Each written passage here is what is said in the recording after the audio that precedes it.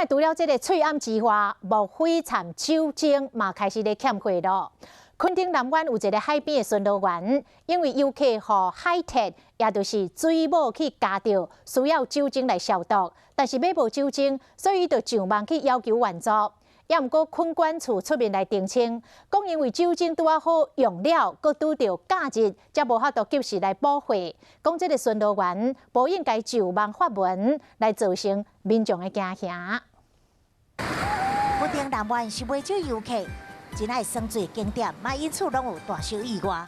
只是有民众上网抛文，询问什么所在当买到酒精，就因为游客去有海铁夹到，需要酒精来消毒。但是海边急救站药箱内面并无酒精，只好上网求助。现场海边巡逻员讲，东港真正拢买无。我去要买生理食盐水加上酒精，他说生理食盐水有，但酒精没有，这里完全都缺货。救生教练表示讲，酒精对因来讲并不是急救一定爱用，所以现场才会无准备。公关处一透早就提这款酒精来到南湾，为第一线补充急救的用品。一个备货我们每年都会检视，包括过期的，包括不足的，其实定点都有管理人员定期会巡。只是说特定的药品可能它不是标准用的话，就是有需要才会另外准备。